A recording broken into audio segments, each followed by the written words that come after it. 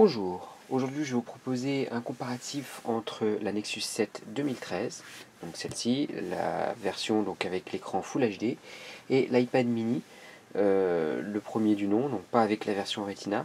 Pourquoi ce comparatif là est seulement maintenant?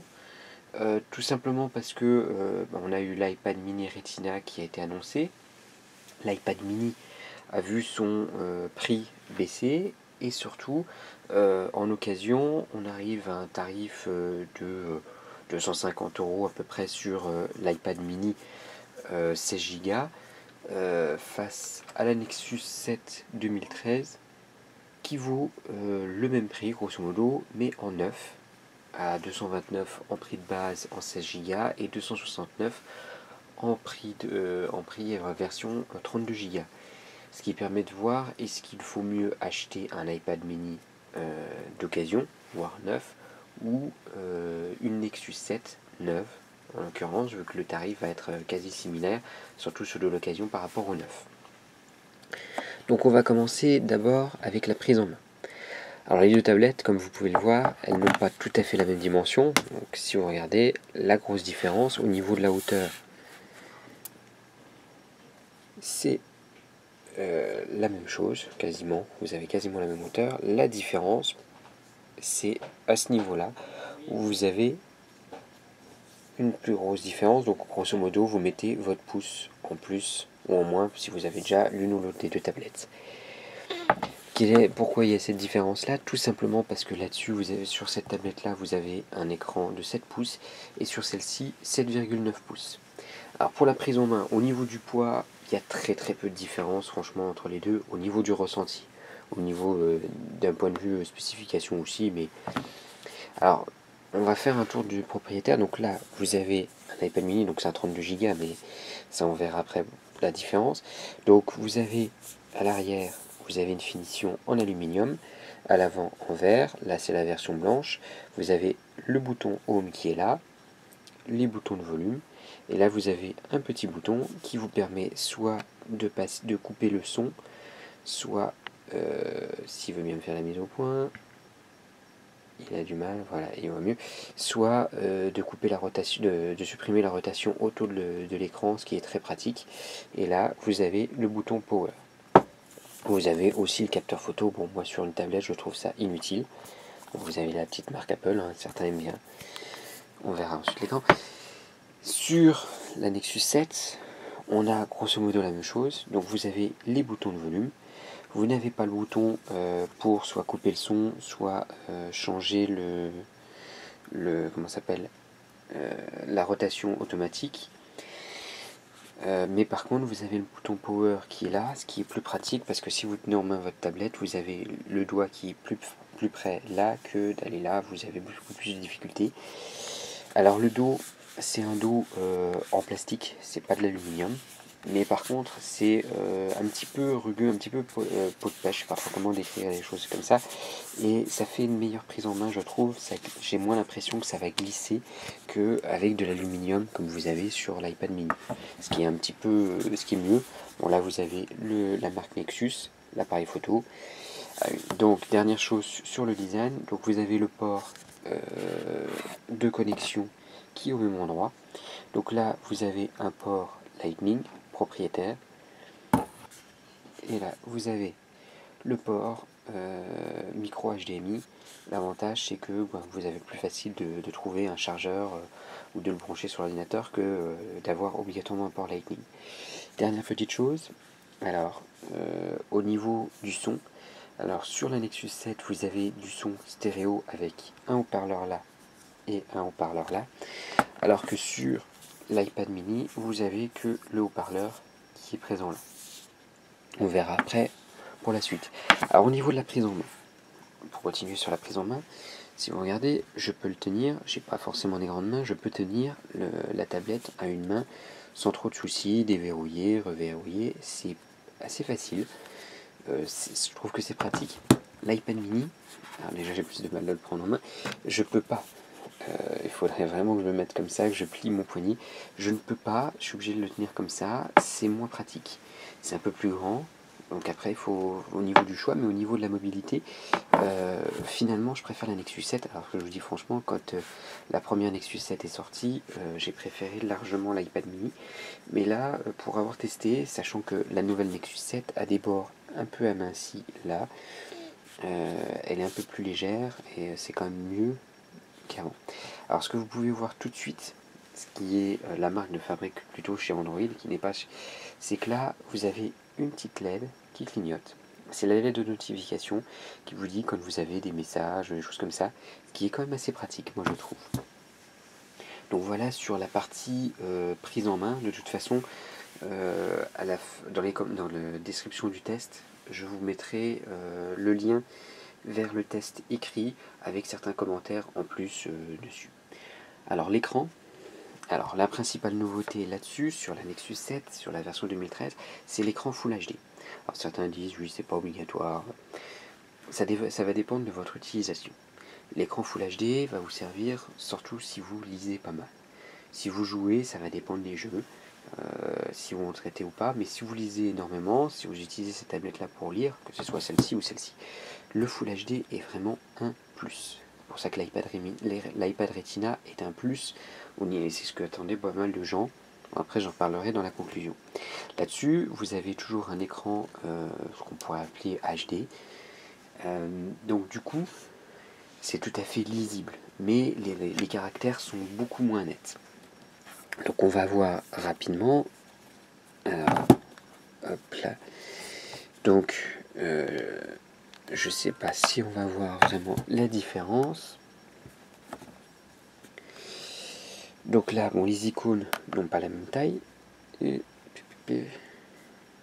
Mais on va regarder rapidement. Donc on va lancer les deux navigateurs.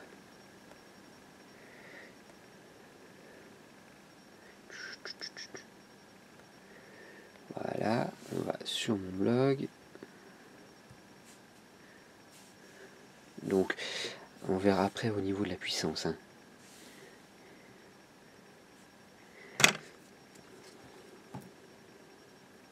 Donc, je ne sais pas trop le rendu que ça donnera au niveau de la caméra.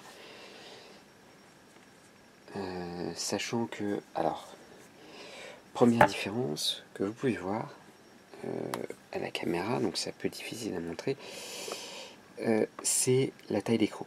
Vous n'avez pas le même affichage, donc il faudrait... alors, il faut que je...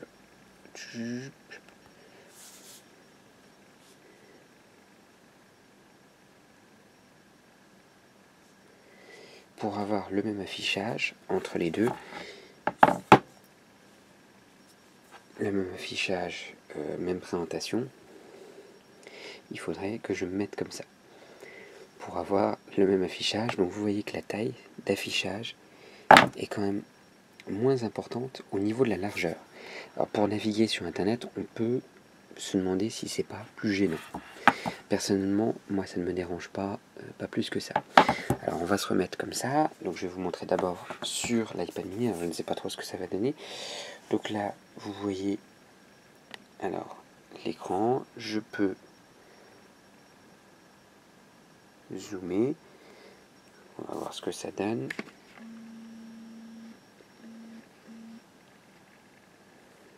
Alors là, il veut pas.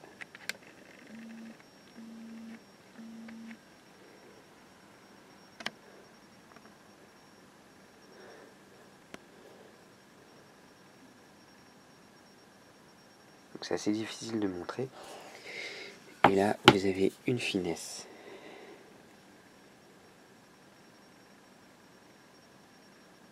Qui est quand même bien plus grande. On n'arrive pas à voir les pixels. Au niveau de la lecture,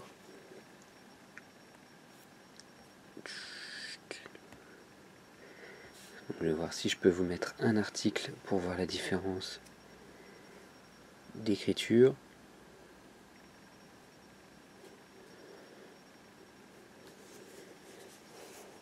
Donc voilà, je m'approche au maximum. Donc là, on est sur l'écriture de la Nexus 7. Donc là, vous voyez que je m'approche au maximum. On ne voit toujours pas les caractères. Alors je sais pas si ça va se voir sur l'iPad mini. On va déjà voir que c'est un peu moins net au niveau de l'iPad mini. Alors c'est assez difficile de rendre dans une vidéo, hein, je vous le dis tout de suite. Mais moi qui utilise pas mal la navigation via Twitter,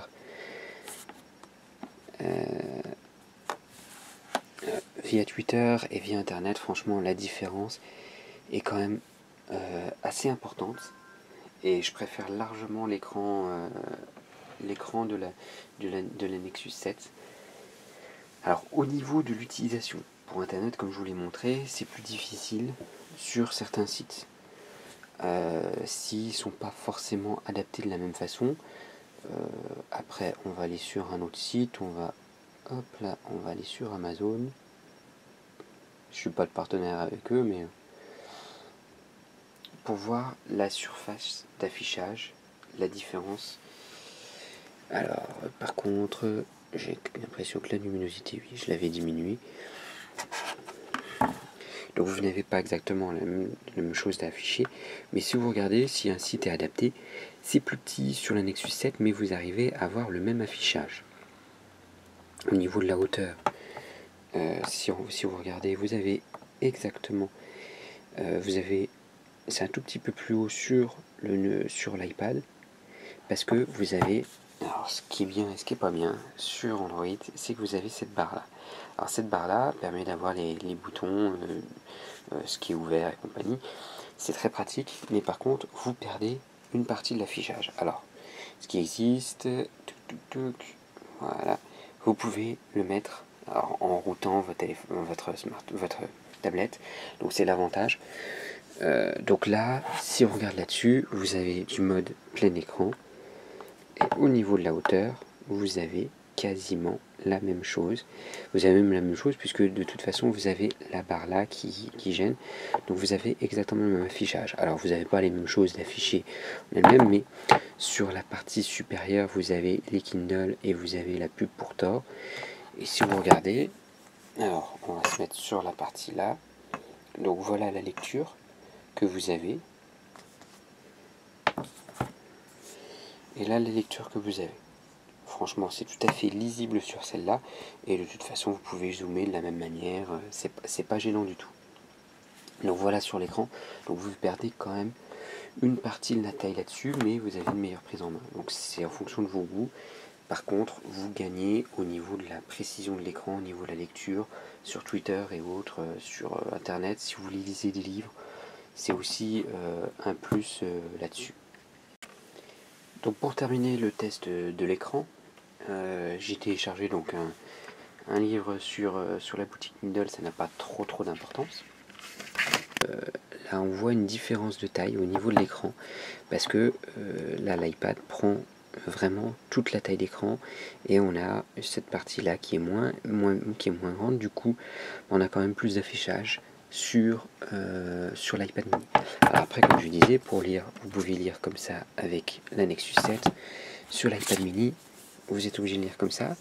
Alors déjà, vous voyez que ma main glisse beaucoup plus facilement, et c'est plus difficile, donc vous devez tenir comme ça. Donc je vais vous montrer l'écriture, ce que ça donne.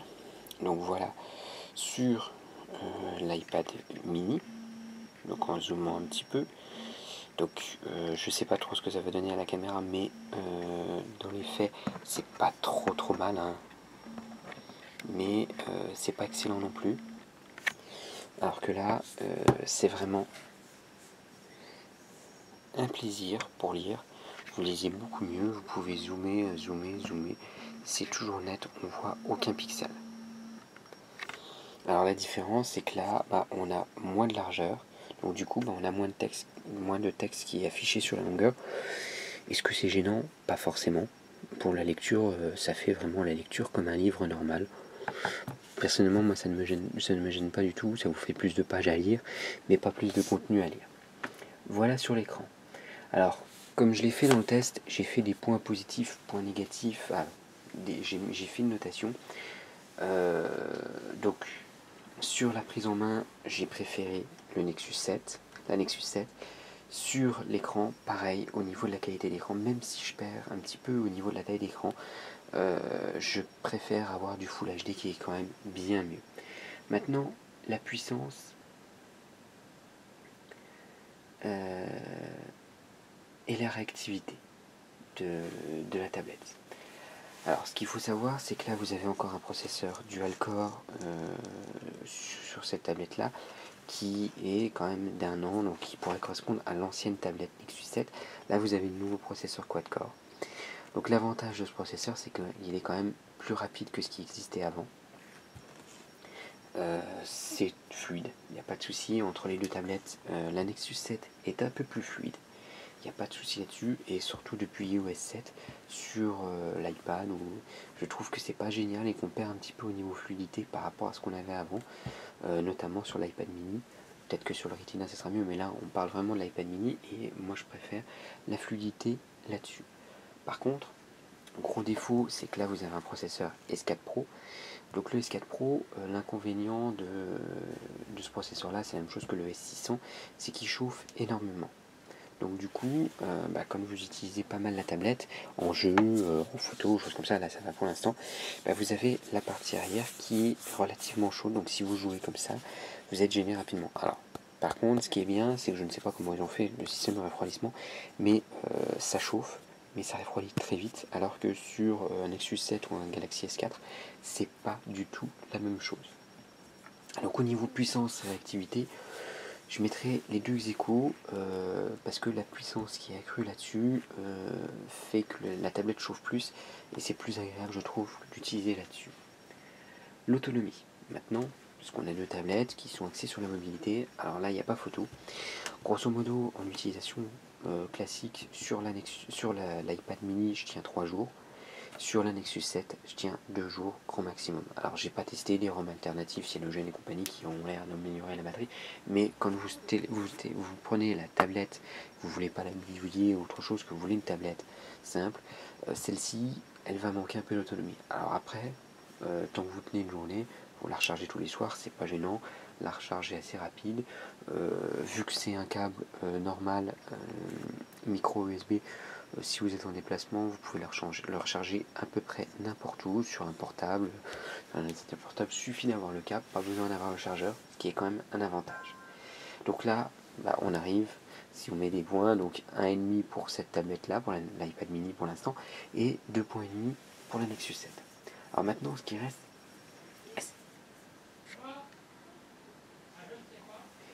reste maintenant, c'est les applications. Et souvent, on dit, alors j'avais déjà remarqué que sur Android version smartphone, on a quand même un petit peu de différence, mais de moins en moins par rapport à iOS. Maintenant, face aux tablettes. Alors déjà, le premier inconvénient sur la Nexus 7, c'est que quand vous recherchez une application, donc on va chercher, je sais pas, par exemple le clavier, qui est spécial. Donc là, vous avez un mélange qui est noté. Donc vous avez le clavier donc SwiftKey, qui est le clavier qu'on peut changer, donc que j'ai mis là-dessus. Et si vous recherchez pour tablette, vous ne le trouvez pas forcément. Donc il faut que vous précisiez tablette. Et quand vous téléchargez une application, vous ne savez pas si c'est une version tablette. Donc là, bon, apparemment j'ai déjà installé. Alors je sais plus, mais ça doit être ça. Je sais plus si c'est le bon exemple, mais disons que vous n'avez pas de précision quand vous cherchez vos applications. Si vous avez un smartphone Android, vous allez dans les applications, vous allez regarder le top payant, le top gratuit, etc. C'est exactement la même chose, il n'y a pas de distinction. Alors il semblerait qu'en novembre, on devrait avoir une version du Play Store spéciale tablette et une version spéciale smartphone, ce qui serait quand même bien plus pratique. Ça c'est pour l'instant le premier défaut. Deuxième défaut au niveau des applications. Alors est-ce qu'on trouve la même chose? Pas totalement. Il y a quand même bien plus d'applications tablette sur l'iPad que sur Android. Et surtout, le plus gros problème, c'est que vous avez des applications qui sont même mieux développées, de Google, qui sont même mieux développées sur l'iPad que sur la Nexus 7. vous avez l'exemple avec YouTube. YouTube, vous avez la possibilité, alors là on ne le verra pas là-dessus, mais en Full HD, vous avez la possibilité de, quand vous regardez une vidéo, vous avez la possibilité de regarder en Full HD maintenant sur la dernière version de YouTube. Là-dessus, sur le Nexus 7, qui pourtant fonctionne en Full HD, c'est pas encore possible, c'est que de la HD, donc j'espère que ça va bientôt changer, mais c'est pas tout de suite. Et souvent, il y a pas mal d'applications, de jeux, qui vont sortir après là-dessus. Mais la chose la plus gênante, c'est quand vous prenez un jeu, donc on va prendre, hop là, on va prendre Real Racing.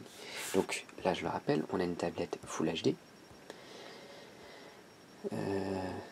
Donc c'est le même jeu EA Game, pas de souci. Là-dessus, vous avez une tablette Full HD. Là-dessus, vous avez une tablette HD. Donc normalement, la qualité doit être meilleure là-dessus. Il n'y a pas de souci là-dessus. Bon, on s'en fout. Alors, donc c'est avec la dernière mise à jour. Donc là, si vous regardez, vous avez les deux voitures. Bon, c'est bien. Ça, on a de la pub. Donc là, vous avez le jeu sur le Nexus 7. Donc regardez bien la qualité des graphismes sur la Porsche qui est là. Et vous prenez la même chose sur l'iPad mini et vous regardez la qualité des graphismes. C'est quand même bien meilleur. Alors je vais tenter une course. Voilà, on va tenter là-dessus pour vous montrer. Alors c'est pas vraiment la taille d'écran, c'est vraiment le graphisme qui est moins bon. Donc là, on va démarrer là-dessus. Acheter, confirmer.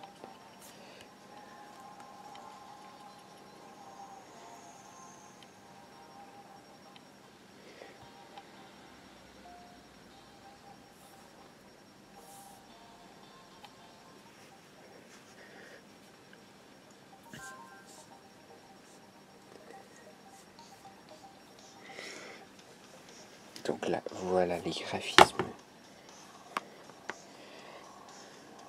que vous avez là-dessus et que vous avez sur cette tablette-là. C'est franchement pas génial. Alors que sur celle-ci, regardez l'arrière de la voiture par rapport à celle-ci. Donc on va faire un tout petit peu de jeu là-dessus pour vous montrer les graphismes qui sont très bons. On va pas dire le contraire, donc on va changer de caméra pour que vous voyez l'intérieur de la voiture. Donc là regardez, c'est difficile de jouer avec une caméra.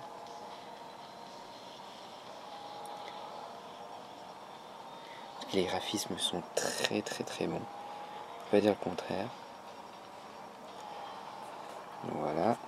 Et on va vous montrer là-dessus. On va recommencer. Donc là, quand on regarde la tête de la voiture, c'est quand même moins joli. Donc ça dépend des jeux. Alors, regardez l'intérieur de la voiture. Alors, ça dépend des jeux. Je me demande si c'est pas parce que c'est la version 2013. Parce que si vous prenez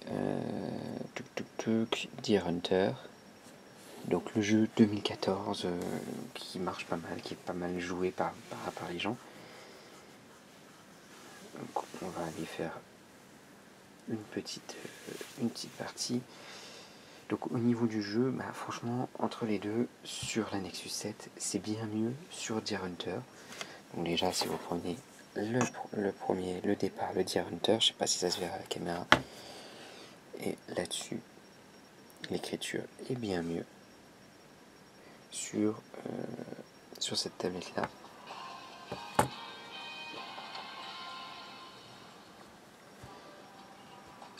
Voilà.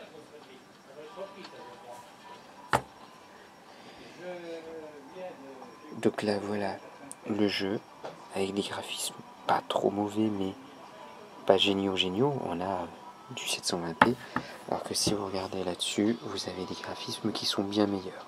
Alors est-ce que ça dépend des jeux, parce que Asphalt 8 pareil, c'est mieux sur l'iPad. Alors est-ce que ce sont des jeux qui sont pour l'instant optimisés uniquement sur iPad et que ça commence à changer comme Deer Hunter, ou est-ce que ça ne changera pas après? Je ne peux pas le dire. Mais à l'heure actuelle, moi je dirais que si vous voulez vraiment jouer, si vous voulez vraiment avoir pas mal d'applications, il vaut mieux l'iPad mini, même non Retina.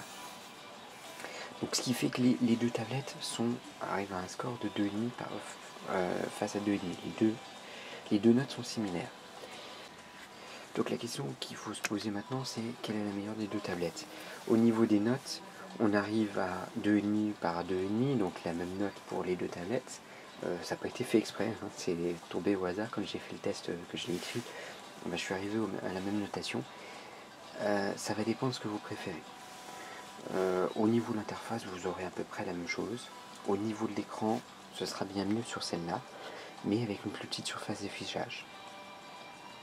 Ensuite, si vous voulez vraiment jouer, ça va être surtout sur les jeux, vous allez voir la différence, ou pas mal d'applications. Vérifiez d'abord, allez sur le Play Store ou sur iTunes Store, sur l'App Store, pour voir si vous avez les mêmes applications sur les deux. À l'heure actuelle, les jeux seront meilleurs sur l'iPad mini, en général, que sur la Nexus 7. Au niveau de l'utilisation, ça ne change pas grand chose. Après, ça va dépendre si vous voulez des jeux vraiment avec une très très bonne qualité ou pas. Graphique, donc il faudra voir si Real Racing 4, Asphalt 9 aura des meilleurs graphismes si on prend ceux-là sur une Nexus 7. On verra. C'est vrai qu'elles se vendent de mieux en mieux, mais les gens n'apprécient pas forcément. Les développeurs préfèrent développer encore sur iOS.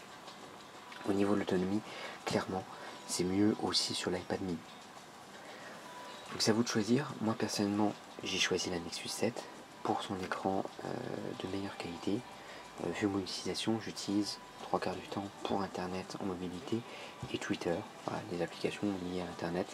Le jeu, je joue un petit peu à Deer Hunter, mais vraiment c'est très occasionnel, donc ça me dérange pas. Donc je préfère la Nexus 7. Si je devais jouer un peu plus, je pense que je passerais sur celle-là. Alors après, la question que se pose, pourquoi pas l'iPad mini Retina, qui va reprendre l'avantage de l'écran Retina ou Full HD de la Nexus 7 et l'iPad mini. Alors moi personnellement, je ne le conseille pas, l'iPad mini Retina. Pourquoi? À cause de son prix. Cette tablette-là débute à 269€, à 229€ en 16 Go. L'iPad mini est à 299€. L'iPad mini Retina est à